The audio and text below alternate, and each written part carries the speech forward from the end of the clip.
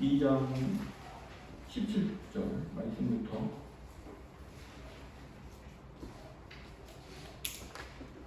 3장 5절까지입니다.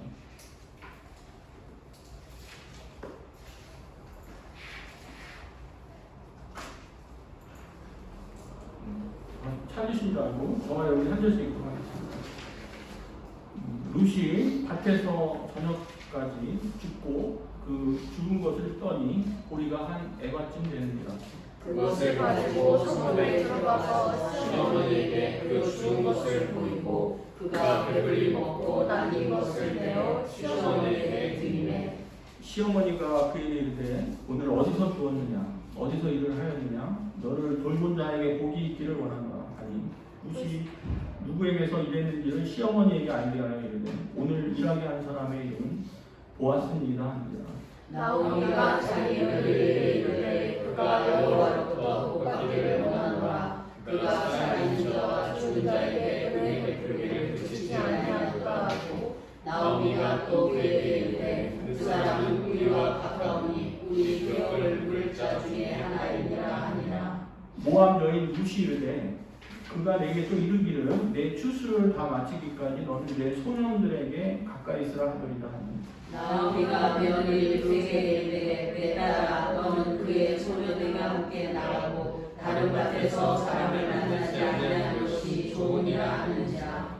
소녀들에게 가까이 있어서 보리 추수와 이 추수를 마치기까지 이삭을 주며 그의 시어머니와 함께 거주합니다. 룻의 시어머니 나오미가 그에게 이르되 내 딸아 내가 너를 위하여 안식할 곳을 구하여 너를 복되게 하려 하지 않겠느냐. 내가 함께 하던 하녀들을 둔 보아스는 우리의 친족이 아니냐 보라 그가 오늘 밤에 타작 마당에서 보리를 까불리라. 그런즉 너는 목욕하고 기름을 바르고 우유 올리고 다장 마당에 내려가서 그 사람이 먹고 마시기를 다하기까지는 그에게 보이지 말고 그가 누울 때 너는 그가 눕는 곳을 알았다가 들어가서 그의 발치임을 들고 거기 두거라. 그가 내 할 일을 내게 알게 하리라 하니 룻이 시어머니에게 이르되 어머니의 말씀대로 내가 다 행하리라 하니라. 아멘. 네. 룻의 효심과 순종이라는 제목으로 말씀 증거하도록 하겠습니다. 룻기 말씀을 계속해서 보고 있는데 3주째 세 번째 시간입니다. 룻기 말씀을 여러분들 들으셨는데 기억하시는 줄 잘 모르겠어요. 다 잊어버리신 분도 있을 테고 룻기는 이제 룻에 관한 기록이죠. 여인 룻 사사 시대에 있었던 일을 이렇게 기록하고 있습니다. 엘리멜렉이라는 가정이 있었는데 베들레헴에 살고 있다가 있었는데 가뭄이 들잖아요. 가뭄이 들어가지고 가뭄을 이제 견디지 못하고 그 이웃 나라 모압으로 이민을 가게 됩니다. 그 아들 둘하고 그다음에 아내 엘리멜렉의 아내 나오미 이렇게 네 식구가 그 모압으로 이민을 갔는데 이 모압이 어디냐면 지금 요르단 땅이에요. 요단강 건너가지고 이렇게 요르단으로 이사를 간 것입니다. 거기 갔는데 이제 거기서 기근을 피해서 잘 살 줄 알았더니 잘 살기는 고사하고 그 남편 엘리멜렉이 죽고 가장이 죽은 거예요. 그리고 한 10년 있다가 또 자식들 2명까지 다 죽어버렸어요. 그러니까 얼마나 엄청난 일이 한 가정에 닥친 것입니다. 정말 잘 살자고 이민 갔는데 엄청난 불행과 고통을 당하게 된 것입니다. 그래서 그 누가 남습니까? 그 며느리 2명하고 그 다음에 나오미 그 시어머니만 달랑 이렇게 남게 된 것이죠. 그래서 정말 청천벽력같이 같은 일이 일어나는데 이제 소문에 들으니까 다시 이 이스라엘의 기근이 끝났다는 거예요. 그래서 다시 돌아오고 며느리들이 이끌고 돌아오다가 며느리 한 명은 돌아가고 룻만 시어머니를 따라와서 이렇게 살게 되는 것이죠. 근데 너무 가난하잖아요. 다 그냥 빈털터리로 이렇게 돌아오게 된 것입니다. 그래서 이제 여자들이 할 수 있는 일이 별로 없잖아요. 당시에. 그래서 룻이 이제 이삭 죽기라도 해서 먹고 살아야 되겠다. 시어머니도 먹이고 해야 되겠다. 이렇게 해서 이삭 죽기를 하러 가는 것입니다. 이삭 죽기가 뭡니까? 추수하는데 그 떨어진 알곡들을 주워가지고 이렇게 하는 건데 뭐 그게 얼마나 되겠어요? 이삭 죽기 한다는 것이 그냥 미미하겠죠. 그러나 감사하게도 그 친족 보아스라는 사람을 만나서 그 보아스의 밭에서 일을 하다 보니까 보아스가 막 챙겨주는 거예요. 막 물도 챙겨주고 일하면서 물 먹어라, 목마르면 물도 챙겨주고 그 다음에 점심도 주고 그러고 막 심지어는 막 이 하인들한테 말해가지고 알곡을 막 흘려줘라 떨어뜨려줘서 룻이 좀 추수를 많이 할 수 있도록 이삭 주기를 많이 할 수 있도록 이렇게 배려해 줍니다. 그래서 그 결과 어떻게 됐죠? 바로 17절 말씀이죠. 같이 읽겠습니다. 룻이 밭에서 저녁까지 죽고 그 죽은 것을 떠니 우리가 한 에바쯤 되었지라.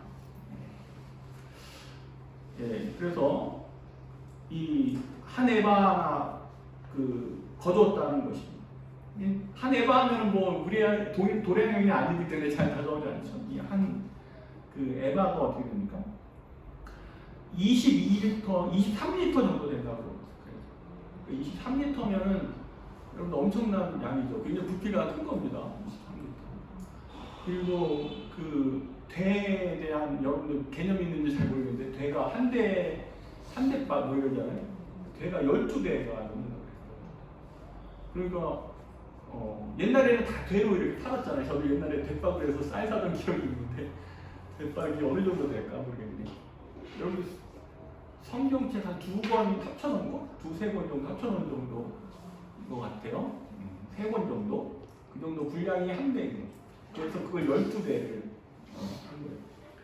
그러니까 이 한 에바 정도 되면, 그러니까 12대 정도 되면 그 나오미와 룻이 한 5일 정도 먹을 수 있는 그런 분량이라는 거예요. 굉장히 많이. 그러니까 여자가 혼자 하루 종일 아무리 걸었다 그래도 그게 적지 않은 양이죠.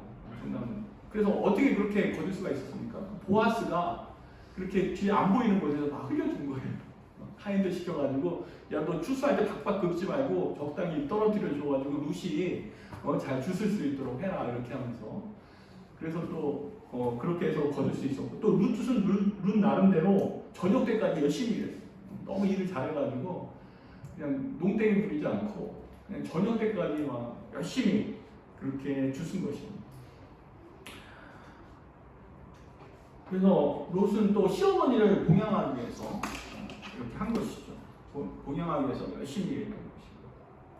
그래서 여기서 우리가 롯이 얼마나 이 시어머니를 생각하고 또 근면한 여인인가 우리가 생각해 볼 수가 있는 것입니다. 이 시어머니를 생각하고 위하는 룻의 마음은 여기에서 그치지 않습니다. 우리 18절 19절 보세요. 18절 19절. 그것을 가지고 성읍에 들어가서 시어머니에게 그 죽은 것을 보이고 그가 배불리 먹고 남긴 것을 내어 시어머니에게 드리매 시어머니가 그에게 이르되 오늘 어디서 주었느냐 어디서 일을 하였느냐 너를 돌본 자에게 복이 되기를 원하노라 하니 룻이 누구에게서 이랬는지를 시어머니에게 알게 하여 이르되 오늘 일하게 한 사람의 이름은 보아스이라 하는지라. 집에 그래서 일을 다 끝내고 추수를 해서 탈곡을 해서 이렇게 돌아왔어. 그러니까 돌아와서 이제 시어머니에게 또 식사를 이렇게 차려드리는 것입니다. 그 보아스가 점심 식사로 챙겨줬던 거, 자기가 먹고 남은 거를 또 이렇게 자기가 다 먹지 않고 그 가져와서 시어머니에게 챙겨드리는 이러한 마음을 씀씀이를 보이고 있습니다. 굉장히 시어머니를 또 위하는 마음이 그런 데서 우리가 찾아볼 수가 있는 것이죠. 그러니까 식사를 차려드리는 수고도 아끼지 않습니다. 또 시어머니 나오미가 룻에게 뭐라고 해요? 이삭 어디서 이삭을 주었냐고 이렇게 물어봅니다. 왜 물어봤을까요? 그것은 그 이유 중에 하나는 뭐냐면 이 룻이 23리터나 되는 굉장히 많은 곡식을 가져온 거예요. 도대체 세상에 아마 횡재했다 이런 생각이 들었을 거예요. 어디 가서 여인이 혼자 이렇게 경쟁자도 많을 텐데 이것을 이 많은 분량을 어떻게 얘가 주워올 수 있는가 호기심이 생긴 것이죠. 궁금한 것이죠. 그래서 그것을 물어보는 것입니다. 몰라가지고 물어보는 것입니다. 그러자 이 룻은 귀찮게 생각하지 않고 오늘 일어났던 일들에 대해서 시어머니에게 소상하게 알려드리고 있습니다. 뭐 당연하다고 우리가 별거 아닌 것처럼 생각이 들겠죠. 들 수도 있습니다. 물어보니까 대답했겠다 이런 생각이 들지만 이게 그렇게 단순한 문제가 아닌 것입니다. 이 룻의 형편을 생각해 보십시오. 룻이 어떻게 일했어요? 하루 종일 떼약볕에서 이런 거예요. 떼약볕. 여러분들 논일 단일 해보신 적 있습니까? 없으시죠? 그러니까 저는 이제 군대 가서 이제 그런 걸 해봤는데 진짜 허리 아파요. 계속 이렇게 허리 굽히고 일을 한다는 것이 얼마나 힘듭니까? 1시간만 해도 정말 허리 아픈 일이 아닐 수가 없어요. 다리 아프고 허리 아프고 그랬을 것입니다. 또 이게 또 밭하고 집하고 상당 거리가 떨어져 있잖아요. 여러분 보십시오. 23m나 되는 그 보리를 가지고 짊어지고 왔다고 생각해 보세요. 그게 23m면 중량은 어느 정도 될까요? 적어도 한 10kg 이상은 되겠죠. 여러분들 10kg 가지고 한 5km만 걸어보세요. 5km 정도 걸었다. 여러분 그렇게 요즘은 그렇게 걸을 일이 없죠. 근데 이 룻이 그렇게 걸어온 거예요. 한 몇 킬로를. 10kg를 들고. 아니면 뭐 2부 왔는지 몰라도. 여러분 참. 그 연상을 한번 해보세요. 그래야지 성경이 좀 리얼하게 다뤄요. 보리 가지고 이게 이런 걸 다 기록을 못한 거지. 룻이 그걸 가지고 오느라고 얼마나 힘들었겠냐. 이게 써있지 않잖아요. 하나님께서 그렇게 안 하시는 거예요. 왜냐면 이게 분량이 커지잖아요. 그러면. 그렇게 하면 안 돼요. 그러니까 가장 그런 부분을 우리가 연상을 해야 되는 거예요. 추정을 해봐야 되는 거예요. 정말 10kg 이상 되는 곡식을 짊어지고 이렇게 집까지 왔어요. 몇 킬로를 걸어가지고. 참. 그래서 집에 오면 얼마나 녹초가 됐겠어요. 흐물흐물해지고 굉장히 힘들었을 것입니다. 근데 사실 우리는 지금 이런 기회가 별로 없죠. 이렇게 일해가지고 집에 뭐 녹초가 돼서 들어오는 적은 별로 없는 거예요. 그래서 그렇게 집에 들어오면 어떨까요? 집에 오면 아무것도 하기 싫고 그렇지 않겠습니까? 말조차도 하기 싫은 거예요. 누가 말 시키면 나중에 아무 말도 하기 싫어. 아마 이랬을 것 같아요. 제가 좀 이해가 돼요. 저도 많이 이랬던 것 같아요. 막 집에 막 힘들게 막 이렇게 돌아오잖아요. 막 수양회 같은 데 갔다 오면 집에 가서 아무것도 하기 싫은 거예요. 그냥 누워가지고 어떻게 그냥 자버리는 것이죠. 씻지도 않고 막 그렇게 자버리는 것이죠. 집에서 엄마가 말을 시켜도 이제 대답하기도 싫은 거죠. 그런데 룻은 어때요? 그런 힘든 상황에서도 싫은 대접을 전혀 하지 않습니다. 시어머니를 위해서 식사를 차려드리고 또 궁금해하는 시어머니를 위해서 오늘 하루 있었던 일을 소상하게 알려드립니다. 아마 저 같으면 엄마 나중에 좀 쉬었다가 나중에 얘기해줄게. 나중에 한숨 자고 나중에 얘기합시다. 뭐 아마 이렇게 했을지도 몰라요. 이런 점을 보면 참 이 룻이 굉장히 자상하고 따뜻한 마음씨를 가진 이 효부라고 볼 수가 있습니다. 이 룻은 시어머니의 먹는 문제만 해결해 주는 것으로 끝나지 않고 이 시어머니와 대화하면서 시어머니의 그 허전한 마음을 채워주는 그러한 정성을 보여주고 있는 것입니다. 여기서 우리가 알 수 있는 게 뭡니까? 이 진정한 사랑이나 효도는 물질적인 부분뿐만 아니라 정신적이고 정서적인 부분도 생각해 주어야 한다는 것입니다. 여러분들 부모가 자식을 키우는데 이 먹는 문제 해결만 해결해 준다고 그 부모 노릇 다 했다고 이렇게 말할 수는 없는 거잖아요. 그렇죠? 마찬가지로 부모님을 섬기는 데 있어서도 생활비와 용돈만 잘 드린다고 이 자식의 역할을 다 했다고 이렇게 생각하면 안 되는 것입니다. 물론 요즘에는 부모에게 이 생활비도 안 드리는 이런 자식이 있어서 사회 문제가 되고 있긴 합니다. 어떤 집안에서 있었던 일인데 아들 하나에 딸이 여럿인 집안에서 부모가 아들을 끔찍이 위해서 이 전 재산을 아들에게 주고 아들에게만 주고 딸에게는 10원 한 푼 안 줬다. 근데 놀랍게도 전 재산을 받은 아들이 부모님을 봉양하지 않았다고요. 부모님 생활비도 안 드리고 그랬다고요. 정말 그러다 보니까 이 딸들이 너무 안타까운 거예요, 아버지가. 딸들은 정말 아버지가 얼마나 괘씸했겠어요. 아버지가 어떻게 우리한테 이렇게 할 수 있는. 근데도 그 딸들은 아버지를 위해서 그 아들 대신 아버지를 생활비 드리고 이렇게 섬겼다고 하는 얘기를 들었습니다. 아무튼 이런 네 가지 없는 자식이 정말 있기는 있는 것 같아요. 이런 경우는 그리 흔하지는 않겠지만 이 대개 세 가지 정도는 드리려고 노력할 것입니다. 하지만 그것으로 자식의 본분을 다했다고 생각하면 안 되는 것입니다. 이 외로운 부모님을 위해 말씀을 들어드리거나 또 자기에게 있었던 일들을 말씀해드리는 이런 자세가 필요하다는 것입니다. 시어머니 나온 입장을 보면 어떻습니까? 정말 외로웠을 거예요. 만약에 시어머니가 부자였다면 찾아오는 사람도 많이 있었을 거예요. 그죠? 부자를 많이 찾아오잖아요. 근데 이 시어머니 지금 가난해요. 한 끼 먹을 게 없는 가난한 아주 그러한 늙은 여자인 것입니다. 누가 찾아오겠어요? 아무도 찾아오지 않고 하루 종일 빈집을 지키고 이 배고픈 채로 며느리가 돌아오기만을 학수고대하면서 기다리고 있었을 것입니다. 무슨 그런 시어머니를 지금 섬세하게 챙겨드리고 있는 것입니다. 루시 못된 며느리라면 이렇게 생각될 수도 있습니다. 나는 밖에서 일하느라 힘들어 죽겠는데 시어머니는 팔자가 늘어졌다. 아이고 내 팔자야 하면서 이렇게 생각할 수도 있잖아요. 못된 며느리들. 근데 룻은 이렇게 생각하지 않고 집에서 외롭게 자기만 돌아오기를 기다리고 있는 시어머니를 불쌍히 여기고 돌아와서도 최선을 다해서 이 무신양면으로 봉양하고 있는 걸 볼 수가 있습니다. 오늘날 과연 이런 며느리를 찾아볼 수 있을까요? 제가 아는 어떤 분은 이 며느리 때문에 이 정신과 치료를 받는다는 얘기도 들었고, 어떤 시어머니는 이 장가갈 아들과 이 며느리를 위해 매번 반찬을 해다 바친다고 해요. 근데 이 며느리는 고맙다는 얘기를 한 번도 안 한다고 합니다. 인사도 안 한다고 합니다.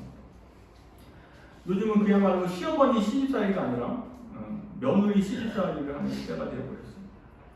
또 고부간의 갈등으로 이 가정이 힘들어지는 경우도 많이 있다고 하죠. 정말 우리가 가정을 잘 지키고 온전한 가정을 이루기 위해서는 이 룻기 이 말씀을 잘 묵상하고 선포해야 할 것으로 생각이 됩니다. 이 룻의 얘기를 듣던 나오미는 한 가지 중요한 정보를 알려줍니다. 많은 사람들은 어른들과 대화하기를 부담스러워하고 어른을 자칫 꼰대 취급을 하기도 합니다. 하지만 어른들은 젊은 사람들이 미처 경험해보지 못하고 알지 못하는 지혜를 가지고 있습니다. 그런 지혜를 어른들과 대화하면서 얻게 되는 것입니다. 시어머니를 물신양면으로 잘 섬긴 룻은 시어머니를 통해 인생을 반전시킬 중요한 지혜를 얻게 되는 것입니다. 우리 20절 한번 보겠습니다. 나오미가 자기 며느리에게 이르되 그가 여호와로부터 복받기를 원하노라. 그가 살아있는 자와 죽은 자에게 은혜 베풀기를 그치지 아니하노라 하고, 나오미가 또 그에게 이르되 그 사람은 우리와 가까우니 우리 기업을 물을 자 중에 하나이니라 하니라. 아멘. 룻에게 잘해준 보아스가 우리 친족이라는 거예요. 친척이라는 것이죠. 그리고 친척이면서 기업을 물을 자다 이렇게 말해주고 있습니다. 이 정보를 통해서 이 룻은 보아스가 왜 자신에게 호의를 베풀었는지 깨닫게 되는 것입니다. 그리고 기업을 물은다는 것은 기업을 되찾아 주는 것을 말합니다. 이것은 이스라엘에게만 있는 독특한 제도인데, 이스라엘 각 가정에는 뭐가 있습니까? 땅이 있습니다. 하나님이 주신 땅이 있고 자식이 있어요. 이것이 바로 하나님이 주신 기업입니다. 그런데 그 기업이 어떻게 됩니까? 만약에 가난한 경우에 빚을 지게 되죠. 그럼 그 빚을 못 갚으면 땅이 넘어가는 경우가 있어요. 땅이 다른 사람에게 넘어가거나 심지어는 자식이 종으로 팔리는 경우도 있습니다. 그런 경우에 가깝고 능력이 있는 친척이 그것을 되찾아 주도록 하나님께서 그렇게 해놓으셨어요. 법적으로, 율법적으로 이렇게 장치를 해놓으셨어요. 그 심지어는 어떻게 해놓으셨냐면 그 집안에 자식을 낳지 못해서 대가 끊기는 경우가 있어요. 남자가 죽거나 얘기가 없어져가지고, 그럼 이 친척이 그 집에 대신 이렇게 자식을 그 며느리하고 해가지고 관계를 해서 자식을 낳도록 해주는 이러한 제도가 있어요. 오늘날에는 잘 이해가 안 가죠. 근데 그런 제도가 있어요. 그것을 기업 물은다고 그러거든요. 그래서 지금 이 나오미가 보아스를 이 기업 물을 자라고 알려주는 것은 장차 보아스를 룻과 결혼시켜서 자식을 낳을 것을 낳는 것을 염두에 두고 있는 것입니다. 이 기업 물을 자를 뭐라고 하는지 아세요? 여러분 아마 한 번쯤 들어본 단어일 수 있는데 고엘이라고 해요. 고엘이라고 들어보셨습니까? 처음 들어보세요? 네. 히브리어로 고엘이라고 해요. 기업 물을. 근데 하나님은 왜 이런 제도를 두셨을까요? 이런 제도를 왜 독특한 제도를 두셨을까요? 이것은 바로 예수 그리스도를 예표하는 어떤 제도라고 할 수가 있어요. 예수 그리스도. 예수 그리스도께서 오셔서 어떻게 하셨어요? 이 기업 물자로서 역할을 하신 것입니다. 그러니까 우리가 이 죄의 종으로 팔렸잖아요. 죄의 종이 되고 사단의 종이 된 거예요. 근데 예수님께서 그 우리를 해방시켜가지고 자유인이 되게 해주셨잖아요. 이 고엘이 하는 일이 그런 일을 하는 거예요. 그래서 하나님의 자녀가 되게 해주셨어요. 그래서 장차 그 예수 그리스도께서 이 고엘의 역할을 하실 것을 염두에 두고 이런 제도를 만드신 것입니다. 근데 이 고엘은 아무나 하는 게 아니라 누가 하는 것입니까? 바로 능력이 있어야 돼요. 능력. 어떤 인품이 또 있어야 돼요. 만약에 능력 있는데 못돼 먹으면 그런 역할을 안 하겠죠. 그래서 정말 인격적으로 훌륭하고 그 다음에 이제 능력을 갖춘 사람이 바로 이 고엘의 역할을 하게 되는 거죠. 바로 예수님께서 어떤 분입니까? 바로 인격이 있으신 분이고 사랑의 성품을 가지신 분이고 또 그에 걸맞는 능력을 또 충만한 능력을 가지고 계신 분이기 때문에 우리를 해방시킬 수 있고 우리의 기업을 되찾아 주실 수 있는 바로 예수님인 것입니다. 우리가 바로 예수님 덕분에 하나님이 주신 기업을 우리가 되찾을 수 있게 된 것입니다.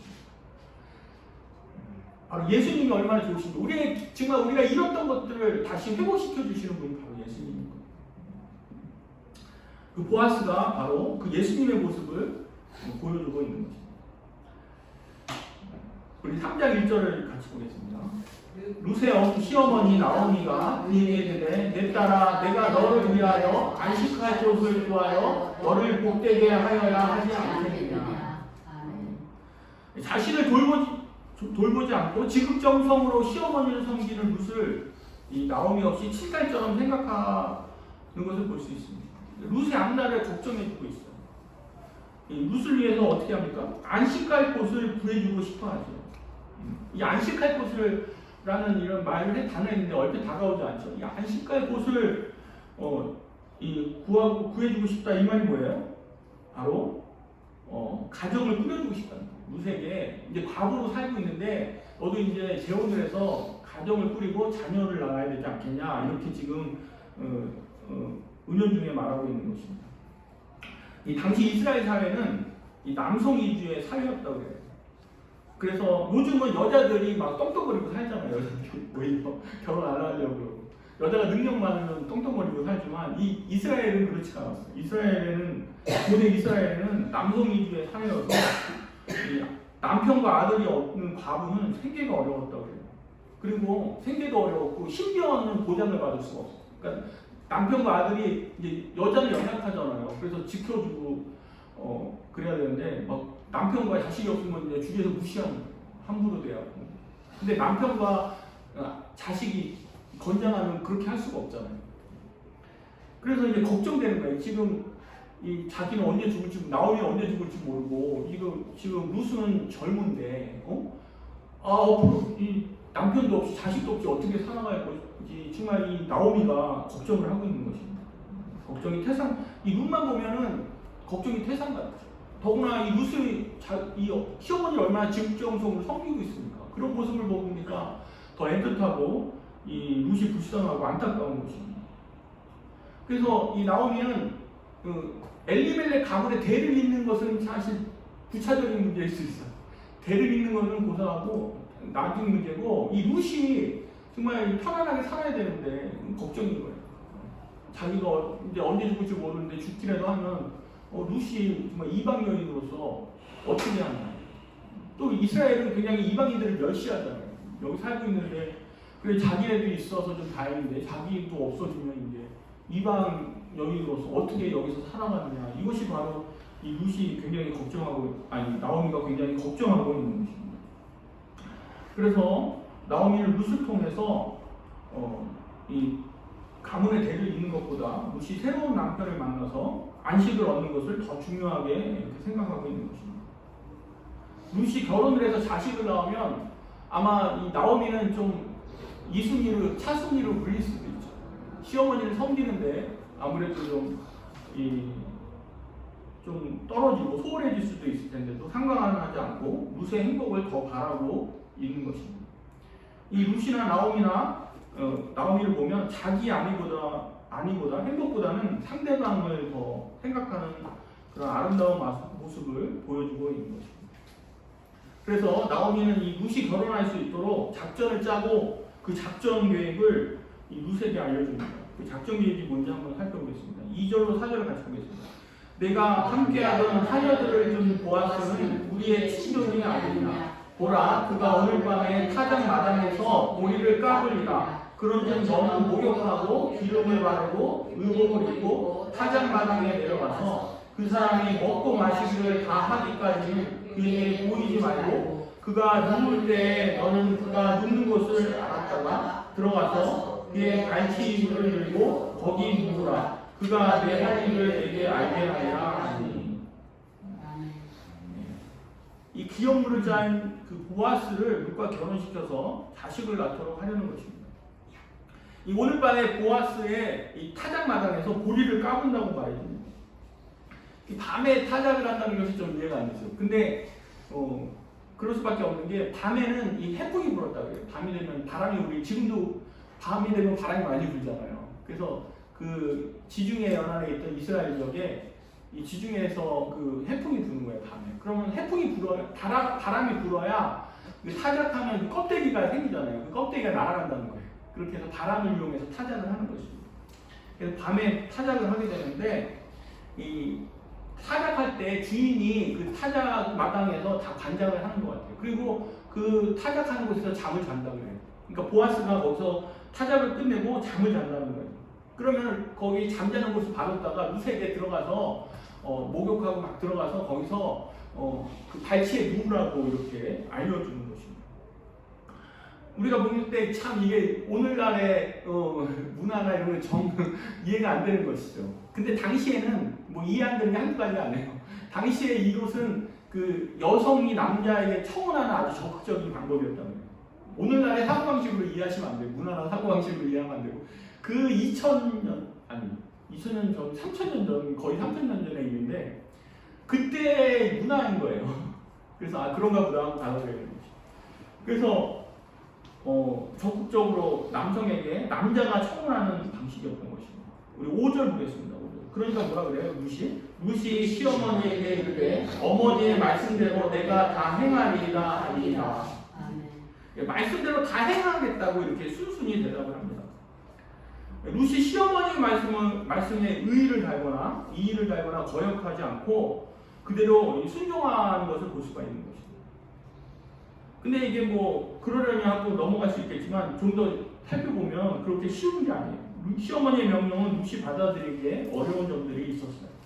이게 뭡니까? 첫째로 그 보아스는 나이가 많았다고 그래요. 이 룻의 시아버지 뻘쯤 된다고 그래요. 그래서 여러분 그런 늙은 사람하고 지금 결혼을 하라는 거 아니에요? 이 듣기만 해도 이 민망하고 이 거부감이 들지 않겠습니까? 요즘 여자들 보면 5살 넘어도 싫어하더라고요. 여자들이 제가 뭐 소개팅 주선하면 5살 넘으면 보려고도 안 해요. 아무리 조건이 좋아도 안 보려고 그러더라고요. 5살 넘는 사람은 싫다. 딱 그렇게 합니다. 지금 5살이 아니라 몇 살이 넘은 거예요? 한 최소 20살에서 30살. 30살 정도 차이가 나는 남자랑 지금 잠자리를 하라는 거예요, 지금. 참 기가 막힌, 여자 입장에서 기가 막힌 일이죠. 이 둘째로 또 뭐가 문제냐면 이제 남자가 자는데 발 밑에 누우라는 이 청혼 방식은 이 이스라엘만의 문화예요. 그런 게 아주 굉장히 독특한 것입니다. 근데 이 룻은 이 모함 여자잖아요. 모함 이방 여인이에요. 그러니까 이게 자기는 듣도 보다 못한 지금 말을 지금 시어머니가 하고 있는 거죠. 굉장히 받아들이기 어려운 이런 방식이었다는 것입니다. 남자가 거기 누워있는 데 가서 거기 발 밑에 누우라는 게 이제 제정신으로 하는 얘기입니다. 이 룻은 참 받아들이기 쉬운 어려운 그런 방식이었다는 것입니다. 이렇게 여러 면에서 도저히 받아들이고 따르기 어려운 명령임에도 불구하고 룻은 기꺼이 순종하겠다고 합니다.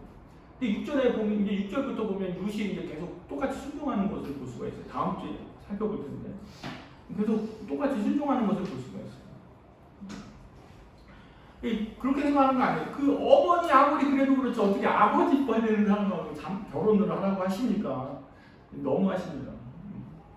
이렇게 반발할 수도 있고 창피하게 어떻게 잠자리를 찾아가서 그 발치에 눕습니까? 정신이 나간 거 아닙니까? 뭐 이렇게 생각할 수도 있잖아요. 이렇게 이 일을 제기하고 자기 생각을 말할 수도 있는데 아마 요즘 같았으면 애들한테 그렇게 하라 그러면 그냥 반드시 이렇게 얘기했을 때 반발했을까? 아니 그런 늙으냐고 어떻게 결혼을 하라고 합니까? 막 그러면서 도대체 받아들이기 힘든 제안인 것이죠. 그러나 무슨 아무 소리 안 하고 기꺼이 어머니의 말씀에 순종하겠다고 이렇게 하는 것입니다. 참 기가 막힌 어떻게 보면 이 룻은 이 바보 아니냐 뭐 이런 생각이 들어요. 어떻게 이런 여자가 있을 수 있는가? 오늘날에 이런 여자를 찾을 수 있는지 모르겠지만 아마 요즘 같으면 그 우리 엄마 아빠가 그렇게 했다면 꼰대라고 그랬을 거예요. 꼰대라고 하면서 내일 내가 알아서 할 테니까 그래서 요즘 자녀들이 다 그렇게 얘기한다. 엄마 아빠 내 결혼에 신경 쓰지 마. 내가 결혼 알아서 할게. 그러니까 엄마 아빠가 이거 소개해주기 싫어해요 다. 보나마나 엄마 아빠는 이렇게 조건 보고 뭐 엄마 아빠가 좋아하는 어떤 사람 데려다가 선물하고 하니까 이 자녀들이 거의 싫어한다. 그래가지고 엄마 아빠는 신경 쓰지 마. 내가 알아서 할 테니까 이렇게 말하는 자녀들이 많이 있다고 합니다. 하지만 룻은 받아들이기 힘든 명령이었지만 겸손하게 순종함으로써 이 결혼해서 아름다운 믿음의 가정을 이루게 되었고 또 무엇보다도 이 다윗이라는 위대한 증손자를 얻을 수 있어요. 다윗이라는 위대한 증손자. 하나님께서는 순종하는 자를 통해서 이 위대한 역사를 이루어가신다는 것입니다. 그것을 바로 룻을 통해서 보여주고 있는 것이죠. 우리는 이 하기 싫은 일, 또 이해 안 되는 일, 납득이 안 되는 일들은 절대 하려고 하지 않습니다. 차라리 죽으면 죽었지 절대 못한다. 또 이 결혼 정령기 있는 사람들은 어떻게 생각해? 결혼 안 하고 평생 혼자 살지언정 절대 그런 사람하고는 결혼 안 한다. 이런 생각을 많이 할 것입니다. 그러다 보면 어떻게 돼요? 주님의 은혜도 받지 못하고 능력도 체험하지 못하는 것입니다. 이 신앙생활을 오래 하지만 이 순종이 결여되다 보니까 은혜를 받지 못하는 것입니다. 여러분들 신앙생활에서 가장 중요한 것이 무엇입니까? 바로 이 순종하는 것입니다. 그래서 뭐라고 말씀하세요? 우리 순종이 제사보다 낫다는 말씀 많이 들었죠? 이게 막 사무엘상 15장 22절에 나오는 거 같이 읽어보겠습니다. 사무엘이 이르되 여호와께서 번제와 다른 제사를 그의 목소리를 청종하는 것을 좋아하신 같이 좋아하시리이다. 순종이 제사보다 낫고 듣는 것이 순양의 기름보다 나으니.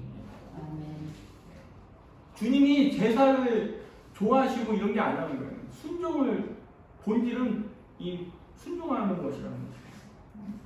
우리 사람이 제사 드렸으니까 주님을 기쁘시게 하고 만족시켜 드리겠다. 이렇게 생각하면 안 된다는 거예요. 중요한 거는 순종하는 것입니다. 순종.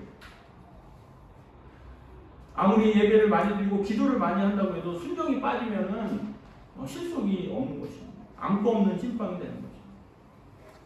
여러분들 순종이 빠지면 이 성경 말씀 보고 듣고 묵상하고 이게 무슨 의미가 있어요? 불교 암송하는 것과 똑같은 거예요.